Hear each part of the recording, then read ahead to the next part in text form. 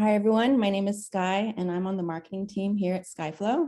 I'd like to introduce you to our webinar today, the Healthtech Innovator's Guide to Data Privacy, Security, and Compliance. And joining us today are speakers Amruta Moktali, who is Skyflow's Chief Product Officer. She's an innovative, customer-focused product management leader with developer roots. Amruta's held executive product leader roles at a number of software companies, including Clio, Salesforce, HMD Labs, and Microsoft, building data-driven products in search, AI, and analytics across multiple industries. Also joining us today is Greene, the CTO and co-founder of HMD Labs, dedicated to advancing creative, effective solutions to complex medical device development challenges. Brian applies leading-edge data technologies to extract value and create optimal user experiences for intelligent medical devices, making his mark at both Stryker and Aura Surgical Robotics, which is now a Johnson & Johnson business. And after 20 years of working up the ranks at Fortune 500 corporate America, he struck out on his own with his co-founder, Kevin Dare, to form HMD Labs. All right, Amruta, you want to take it away? Thank you so much, Sky. Hello, everyone. Good morning. Super excited to be here today, especially with Brian, who's just an amazing technical leader. I've gotten to know him in the, I've been at Skyflow now for about 4 months, gotten to know him in the past few months. And if you're looking to talk to someone who knows the ins and outs of how to build health tech, you're in the right room. Brian's your person. He just knows a lot. I'm super excited to be with you here, Brian. Thanks. So just to kind of set stage, what are we going to talk about today? The great 3 words: compliance, privacy, security. We're going to demystify a little bit of that. And, when we think of health tech, healthcare, med tech, there's just so many different players. What are the implications for, some of us who are playing the role of a SaaS, some of us who are playing the role of an integrator? And then, of course, my favorite, technical solutions. And then we'll talk a little bit more about, where we are today in the industry. I think we're in a fantastic place today to think of building secure technology for the health tech space. But we'll chat a little bit more about that with Brian. But I did want to start with our first one when we talk about compliance, privacy, and security, because, it's interesting to think about these terms because, I think it was 1991 when the first core elements of compliance came together. HIPAA happened in 96, and only 2009 is when people could even report data breaches, considering, approximately 43% of them happen in the health space. It's crazy. And now we're seeing all of these things kind of come together. So Brian, talk to us a little bit more about, these are related, they're not the same. How do you think about it? Sure. Thanks for the introduction. I think I started my technical career like a lot of people, and we didn't even talk about privacy. Okay, 20 years ago, 10 years ago, people weren't talking about privacy as a separate thing. Privacy was assumed to be handled by security. And then compliance came along, and you rattled off health tech specific things, and I think about Sarbanes-Oxley and all of that. Right, huge compliance frameworks and the PCI framework, right? Like yes. All of these over the years, and I remember as a technician, why am I talking? Compliance people, they don't understand code, right? And I don't understand how they interact. Like we're doing the security at the infrastructure layer, we're doing the, and so start with some ground level definitions. Compliance being the one that I like to talk about first and kind of the most abstract. So we've rattled off a bunch of acronyms. And there are a ton more really cool ones. ISO 27001 is a really cool one. Compliance is about finding frameworks, and it's not ever one. It's always multiple frameworks. And your organization has to internalize them, rationalize them into a single control matrix so that you understand what you're supposed to be doing. So compliance, as often as it seems like it seems like they always want to complicate things. Far from the truth. Right? A well-orchestrated compliance function gives the technology team a single target to hit in the internal quality management system in your processes. So compliance is then, how do I prove when any one of these frameworks comes into question, how I have satisfied that? And it's interesting because you never need all the things that you do for any one of those audits, right? Yes. And it's the reason why you end up with compliance feeling complicated, because there's multiple frameworks. But that ultimately is, it's, how do I do it? And can I prove it? That's really the other part of compliance, is the proof. So let's go down to security, right? Because security and proof are great ones. We go to the development team and we say, is it secure? It's yes. Say, can you prove it? Really? Sure. What do you mean prove it? Well, the compliance folks say that you have to have a secure software development process, right? And it checks for the following things. And so you can do lots of secure things. We've been doing security for years. We put locks on the data centers, right? Remember when you could physically walk to a data center and swipe your key card and go in? I used to take pictures in a data center when I started my career. I remember that. It felt super cool to be in there. We're going to talk at the end about the cloud and how we don't have to go in them anymore.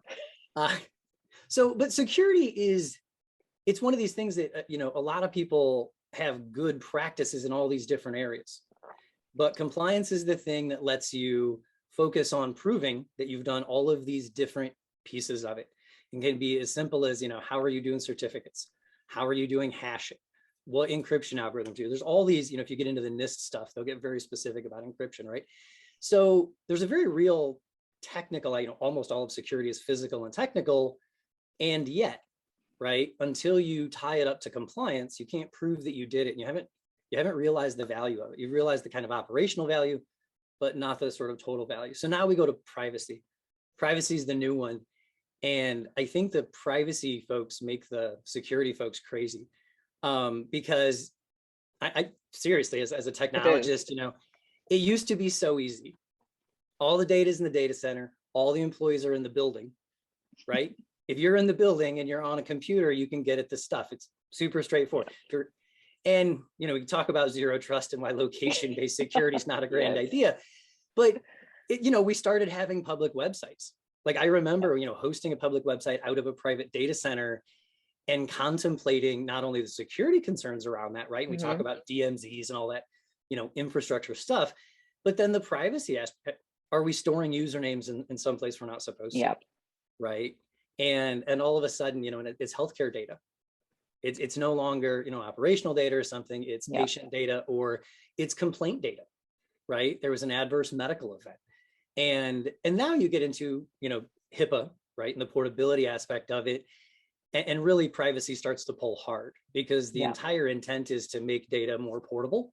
I want my clinician to have access to all of my health records, right? I mean, I think that's a thing that we would agree would increase healthcare. At the same time, it should be incredibly difficult for anybody else to get those health records. I would say it should be incredibly difficult for my clinician to get those health records on a Saturday afternoon if we don't have an upcoming appointment. So privacy begins to, sort of tear at security, in that you end up contemplating them the same way, because privacy to me equals sharing.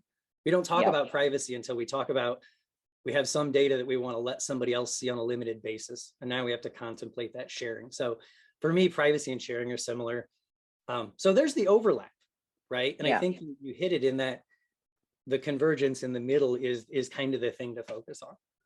Yeah, I like it. I mean, it's more like what you're saying is you do it, you prove it to share or use it, right? Yeah. It's basically, that's what it is. And it is, and a lot of times people just think of compliance as a checkbox and get done with it. And I think I completely agree with you. Compliance does a lot more to help us. And then you got to think of security, then you think of privacy. Just doing one is not enough anymore. Yep. And while we think of that, like going into the next topic, right? We've looked at this from our point of view. We've been in different businesses, but let's talk a little bit more about people out there who are SaaS, who are integrators.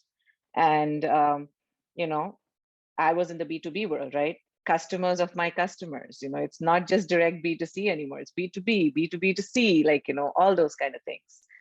Would love to hear your thoughts on what you think the implications would be for people doing that. Yeah, that's this one's kind of funny, because I wanted the bullet to fit on one line. So the customer of my customer. But sometimes it's the customer of my customer of my customer of my customer. Because when we talk about privacy, there's a bunch of layers. So we focus on medical devices, high complexity medical devices. There's patient data sometimes, there's live video, there's right. So lots of valuable data to the manufacturer, to the clinician, to the health system, to the patient, right? But also a lot of sensitivity kind of all along the way.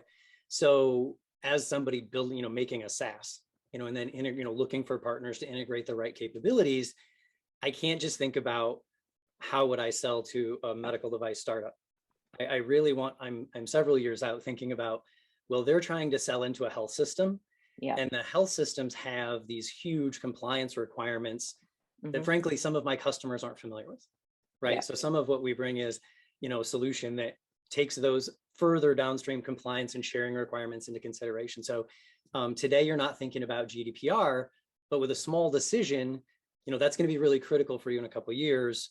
We can kind of fix it now. So thinking about 2 or 3 layers out, who's the data important to, I think is really critical, because again, it's all about sharing.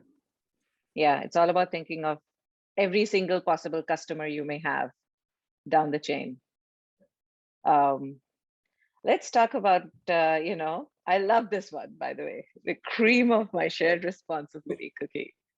This is, this is, so I like the shared responsibility model. Yeah. You move into the SaaS space. I mean, it's been around for a while. We've outsourced and shared all kinds of things for a long time. So this isn't new. But with clouds, the cloud providers, it gets much more intense in the compliance space, because as you go through one of these matrices, there are controls where the right answer is this other person is doing it for me, right? So physical security, if you put your stuff in the cloud, physical security is one of those things that you get a much better, you get a good pass, because it's not, you can say, look at their physical security. And I trust AWS's or Microsoft's or Google's or somebody else's more than mine. But there's a bunch of things that I'm responsible for as an integrator, right? And so when we hear about data breaches, I like that we are reasonably accurate in a lot of these data breaches. And we talk about, it was a misconfiguration of cloud storage. It was a misconfiguration of a compute engine. It was a misconfiguration, because it really points to the criticality of your responsibilities as a customer. So now if I'm a SaaS and I'm trying to bundle, Skyflow and some AWS services and some custom things, trying to put all that together, I now have shared responsibility model with my customer, right? Because I'm telling them I'm taking care of some things on your behalf. And so it makes it just bi-directional, and you end up kind of squished in the middle and having interesting discussions with your customers about which pieces they do and don't want you to own. Yeah. Right. And I think as an integrator and as a SaaS player, I think you get a lot more flexibility in that space, to be honest. But it really highlights the ongoing complexity of the operation. It's not that you sell it to somebody and then you walk away. It's an ongoing shared responsibility of, through the layers of providers. Yeah. And then you're going to have multiple customers, and everyone's going to have different responsibilities based on how they're sharing it. So there are different kinds of cookies that you have to be a cream of. Yep. So it's just adds to it. But as we are talking about it, right, big part is, do I own it? How much do I own it? The dichotomy. So let's talk tenancy and sovereignty. Well, and I remember, again, at the beginning of my career, I don't think we were thinking about this. As a matter of fact, at the beginning of my career, I think if we told you that we were storing the data in another country for safety, for backups, like anybody would have thought that was the coolest thing ever. Yeah. And today we talk about, hey, can that data leave this country? Correct. As a primary concern. But so tenancy first, though, right? So going back to the customer, my customer, conversations about multi-tenancy and noisy neighbors, they're never going to go away for a SaaS provider. Yep. Having really good answers, particularly in the health tech space and the privacy space, having good answers around tenancy, I think it's extra critical. I think it's an area where SaaSes and partners that provide a lot of good controls over tenancy and good visibility to this, I think that's a value prop for me. And sovereignty in a very similar way, right? Like really granular control over where the data is, where it goes. Some of our customers are in multiple countries or quickly in multiple countries. And so thinking about, it's one thing to say the infrastructure can cluster and do all these beautiful things. It's a different thing to say, in a lot of cases, I don't want it to. Yeah. I want to separate it. I want, and when you get to that shared responsibility model, it's a good example. The database could replicate to another country, but I don't want it to. Yes. Right. And so if there's yeah. critical data in there, how am I accounting for its storage? And so there's some subtleties in that sovereignty conversation. And I think it's really critical for health tech SaaSes, med tech SaaSes. Yeah, I agree with you. I think it's, when I was not in health tech, these problems are very different. When you come into health tech, it just magnifies based on the type of data and how sensitive it is. And also, how the data travels and has to travel across different places. So it's super critical. And that's where we talk about, let's talk about ROI. Yeah, and compliance gets a bad name, right? I hope I agree. I hope you people here I like the compliance folks. I think it's kind of exciting. There's a positive ROI on a good compliance story. I learned a lot about quality from a guy earlier in my career, and he said, listen, compliance isn't about the bar. If you approach this as what's the minimum I need to do as an engineering team to make the compliance people get off my back, we're never going to get anywhere. That kind of compliance doesn't have an ROI. That kind of compliance is just risky. But if you lead with compliance, if you lead with good engineering practices, secure, right from the beginning, you end up setting up an ecosystem where compliance becomes much easier. Compliance becomes much more automatic. And that has an ROI in the health tech space, in the med tech space, in the fintech space, any of these places. And then when you move to Europe, GDPR isn't about its healthcare data, it's about its human data. And we don't care what kind of business you're in. If you have data about people, here's the rules. So compliance becomes much more universal as soon as you go, to anywhere GDPR kicks in. So there's a positive ROI, I think, for SaaSes and integrators to deeply understand compliance. Yeah. I mean, if that's your target market, right? Like some people don't care about privacy and security, I guess. Yeah. I think they don't care about it unless and until, something really bad happens. And then suddenly they got to care about it. So it's one of those things where, you can't just wait for something bad to happen because the implications are too big. And one of the things I think over time, compliance is thought of, hey, I got to get lawyers in. It's all about like policies. It's all about putting these documents together and everything. But I don't think so. Is this, people always have that question, is this really a technical problem? And yeah, let's talk about that a little bit.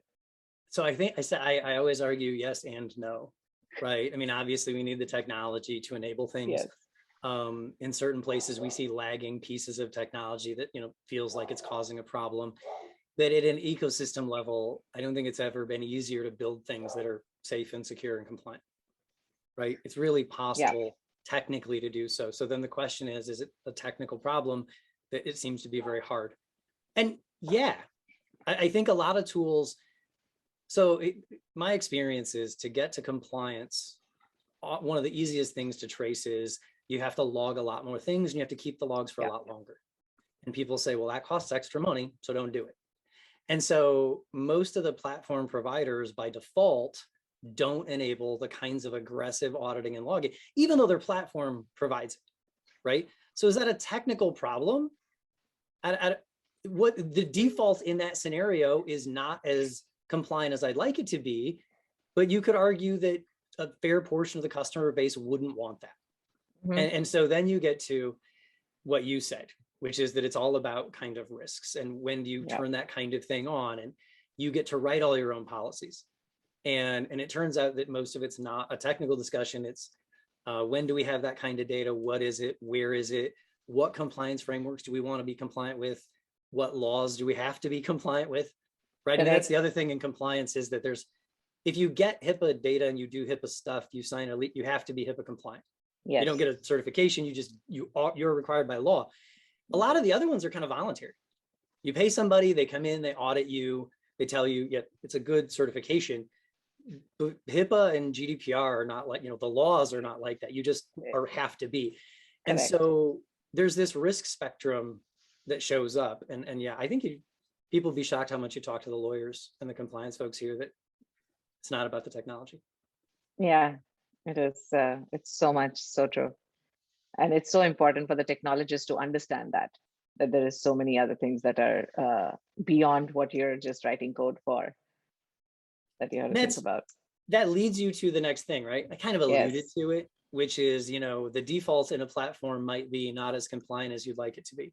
But if you start with compliance and you start with some of these baseline understandings with the people and the processes and how you treat data and think about it, I think you shift zero trust to the left if we can combine those two things. And you end up with infrastructure abstractions that make it hard to create non-compliant infrastructure. Right, like it's one of those very easy things to think about. And you can do that with Terraform modules, and you can do that when there's a bunch of different technologies that will let you err on the side of, oh, that's compliant. And so I think this is where you get into, is there a technical solution? Well, kind of. There are good infrastructure layers, I think, that make this much easier. Yeah, it makes it easier on all parts. And then, even when we talk about the defaults, like you mentioned. Yeah. So what are they, right? And can you pick them by industry? Can you pick them by data domain? Mm-hmm. I love, the thing I like about GDPR is that it's so data centric. And so it means that, while there's industry, you can do industry kind of vertical stuff. It's just, this is people data and this is privacy. And I think it's cool because it's more pervasive. When you get into, whether it's insurance data or it's HIPAA data, or it's, there's all these subtleties around what domain it is. Correct. I think that building in good defaults and good guardrails, like we talked about, I think it's possible, but you have to put effort into it. Yeah, and but it pays off. I mean, it pays off a lot. The you payoff can make is it easy to be compliant, or relatively easy to be compliant, if you think about it as a day one concern. Correct. And this is how you do it, right? Yep. I mean, it gets to the whole, it's never been a better time to build software. We're at a point where, software defined everything exists, whether, infrastructure, we've done that for a long time, but software defined policy, software defined sharing, software defined contracts, software defined compliance monitoring. There's some neat solutions in that space. Governance, all of the data governance stuff now is very integrated. So I think this is the answer to, is it a technical problem? Well, no. We have to understand the compliance at the top, roll into an architecture that is defaulted in all the right directions by using these tools. So it's not a technical problem, but I think technology brings an elegant solution. I agree. And I think it's also, times have changed, right? I think earlier when we used to talk about this, it used to be like, oh gosh, I gotta do compliance. There was just so much of an overhang with like, oh my God, this is going to take so much effort. But now with all of so much different software being available, so many technologies being available, makes it so easy for us. And that gets me to, the next topic, modern cloud software construction. Yeah. It's and so it different really, now. Yeah, I mean, we talk about our product, NeuronSphere and Skyflow, right? We're building a SaaS for medical devices and other high complexity devices. But even as much of the privacy and security and compliance as we can build in, there are certain sections of it where you think, man, I actually want to plug into a partner for that. And so that's where our interplay with Skyflow is. When you get to these certain kinds of data sets, it can be easier to share some of the encryption responsibilities. And some of it is the subtleties of the regulations and the controls. Mm-hmm. And it can be easier to sort of have a shared responsibility to that provider. So building that in as a key part of the architecture for us was kind of awesome. And I think it's indicative. If you go back to that list, we're building in a governance, policy. So policy as code is part of what we're building in. You do policy as code as well in Skyflow, right? Yes. So our policies will actually extend into yours. Yes. Compliance, right? So how do we do compliance monitoring? Correct. We have a solution for that. Governance the same way. Mm-hmm. So we're trying, building those things. It's kind of proof positive that you can assemble them a lot more quickly and get some of those core compliance and privacy and security capabilities. Because it's about time to market. As excited as I am about compliance, most people don't find it sexy. And, if you can write a check and make it easier and know that we're not going to have a bankruptcy level security event, we can do. Yeah. And I think it's one of those things where there are so many experts in the world who've built this technology for us. And, there's just as many of them that exist. Every single company can't hire them. And that's where you like you said, aggregate these things and stitch them together to build your compliance architecture internally and build it out. So I couldn't agree more. And tell me a little bit more from your thought point of view, right?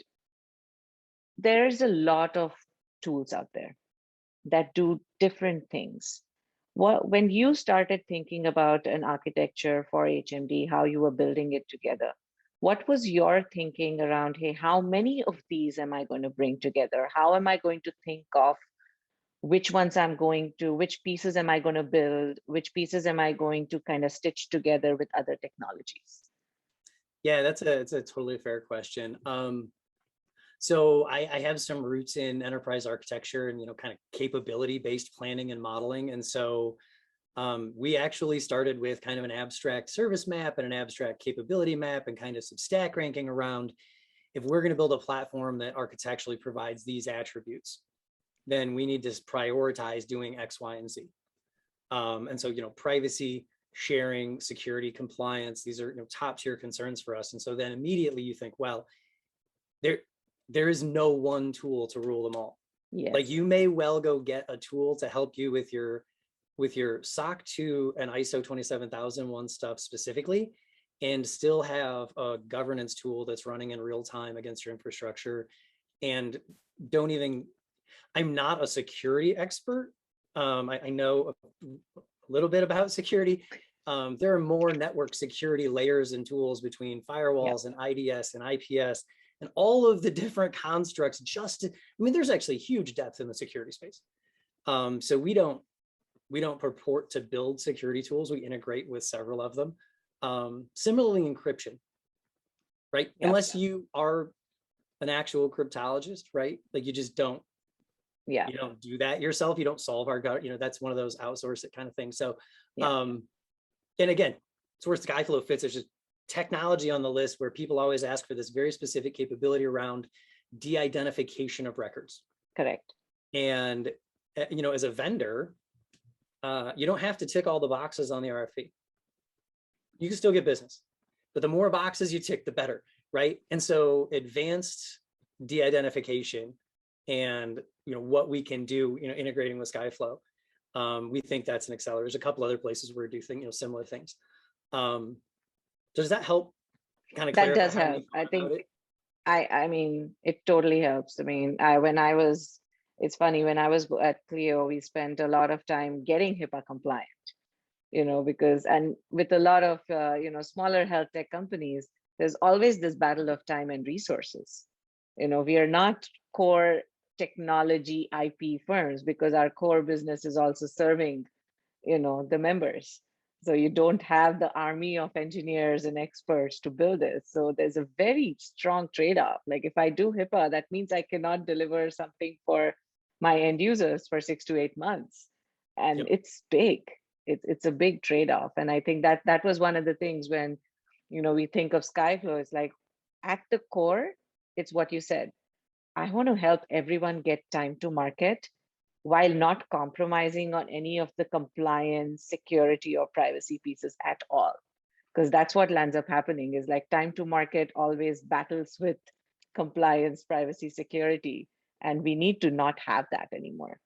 Let's not have people make those decisions or make those choices. Yeah, I don't like leading with fear in this space. But as amazing as the cloud is, it's never been better to build software. It's also kind of never been riskier, right? I mean, if you took the time to physically build a data center and rack some servers up and light your SAN up and put a lock on the door and that kind of thing, particularly if you didn't connect it to the internet, right? If there's no inbound, it's pretty secure. Today, it's much easier to kind of leave the door unlocked and potentially put a sign on it that says, come steal all my data. And so there's this real trade-off between how amazing it is to go really, really fast with these Yeah. SaaS tools, and the acknowledgement of how much more risk you can incur. So it's funny because you're right. I don't know that all businesses have caught up to that we can trade compliance for speed and pay compliance off later. I think digital first organizations are coming quickly to realize that later is right now for compliance. Yes. Because the financial penalty, we talk about compliance like it's voluntary, but the financial penalties for violating some of these things are astronomical. Yeah, and it's like, it's not even just the fines you pay, it's also if you try to do it later, the technology Right. gap that you're going to, like, you'll have all these systems that have not been built keeping compliance first. So you'll end up having to re-architect a lot of your systems, which is even more expensive than the fines you probably have to pay at times. So for your business. But let's actually get into any Q&A. Sky, do we have any questions from the audience? We do. Thank you, Brian and Amruta. That was awesome. We have a lot coming in, so if you want to go to the next slide. If we don't get to your question, please feel free to reach out to us directly. We have our LinkedIn and websites here. Let's dive in. Let's see here. This one's for you, Brian. It says, "Hi, Brian. We are an IoT company using data to improve patient care. We are very worried about the increasing cyber threats. What would be your advice to balance making data useful while adhering to privacy and security best practices?" Oh, and I like the IoT space. We don't talk about ourselves in that space, but we play in a very similar, connected device. Zero trust is really buzzwordy right now. But I think the IoT industry led and did a great job in, device-based authentication, hardware-based things. So for us, the connectivity layer, that's a big piece of it. Then it comes down to what kind of data do you have on the privacy side. So we talked earlier about how this exists on a spectrum, and HIPAA data, everybody thinks about, here's the 18 HIPAA fields or whatever, and if I get rid of those, then life is good. But that's not the whole story, because if you keep lab records and you have the start time of the lab, if you also know what hospital that lab was done at, that's enough data that's without a lot of work, I could figure out who it's for. So you haven't de-identified the record, right? And so there's this conversation about if the time of day that a thing happened is relevant to the analytical workload, then you can't get rid of it. And it's there you have to understand where you are on the matrix. It's not, I have HIPAA data, not HIPAA data. I have really, really sensitive HIPAA data in high concentration in Skyflow, and I have other parts that are still covered by HIPAA. It's why we've always argued for, you get this funny question, how many people should take the HIPAA training at our company? Well, do you have any HIPAA data anywhere that you touch? All of you, right? And it's a load, it's time, it costs real money, but recognizing that there's gradients of it, the risk of a breach. So that's what I would say, is that it's, think about privacy and compliance in that regard, that it's essentially you're always in a controlled space, and it's just how much have you identified, or how hard have you sort of made it. Great, thank you. With the investment of new healthcare technologies to improve patient outcomes, security is put on the back burner. What can we do to minimize the risk? Amruta, you want to go first? Yeah, I think we talked about this a little bit, right? Think of it from the beginning. I think that is the first thing you can do, is to minimize the risk, because when you're thinking of health, you're always thinking of outcomes. When you think of outcomes, they can never come without sensitive health data. And that is where you have to start. You have to start at the beginning. You have to start thinking privacy compliance first, not thinking of it as a checkbox, because the one mistake I have seen a lot of people do is, hey, I'm just going to start with this small little service. So I'm just going to build for this small little thing, and I don't need all this rest of the stuff right now. And then as your business grows, as your customers grow, as the use cases that you're serving grow, you need everything else. And then it becomes a retrofit. And then you start getting into a lot of security vulnerability issues.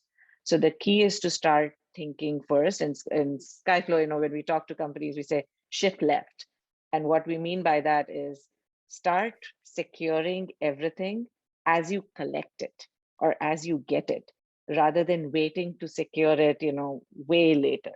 And that's kind of what I would say. Brian? Yeah, I think that's yeah, I mean, there's a double-edged sword here, right? Because part of my answer is find somebody with health tech or med tech industry, right? Like always make sure you've got some of that flavor around.